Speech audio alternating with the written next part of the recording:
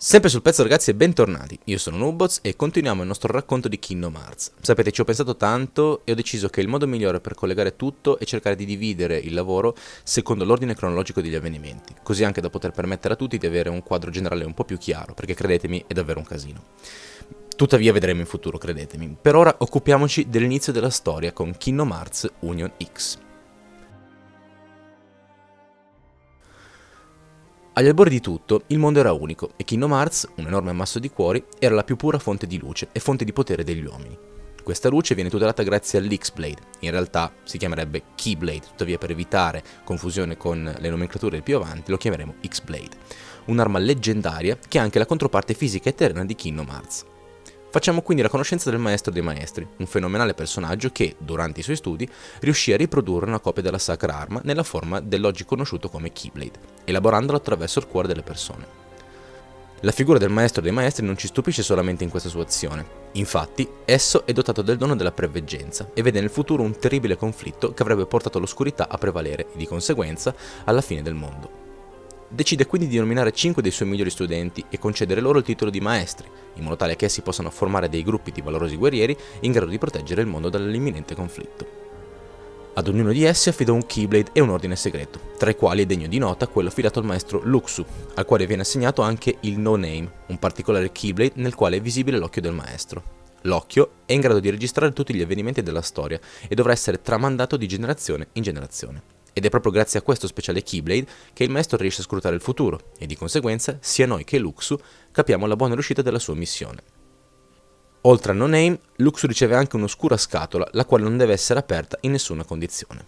Dopo aver dato a ciascuno dei maestri un compito specifico, il maestro sparisce, conscio di aver lasciato il mondo nelle mani dei suoi adepti.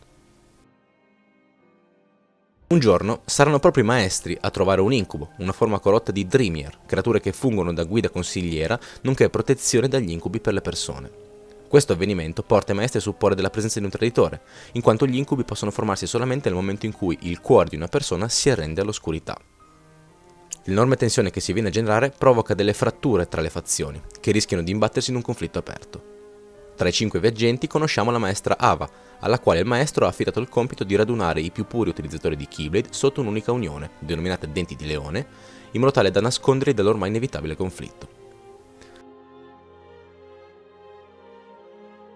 I rapporti tra le diverse unioni sono ormai irreparabili e inizia quindi quella che sarà conosciuta come Guerra dei Keyblade. I motivi del conflitto si basano sulle divergenze dei maestri riferite a come utilizzare la luce di Kingdom Hearts per contrastare l'avanzata dell'oscurità. Tuttavia sarà proprio questo conflitto a concedere all'oscurità di prevalere. La sanguinosa guerra culmina in tragedia, poiché l'X-Blade si scompone in 20 frammenti, 7 di pura luce e 13 di pura oscurità, cifre ovviamente non casuali se pensiamo alle 7 principesse del cuore.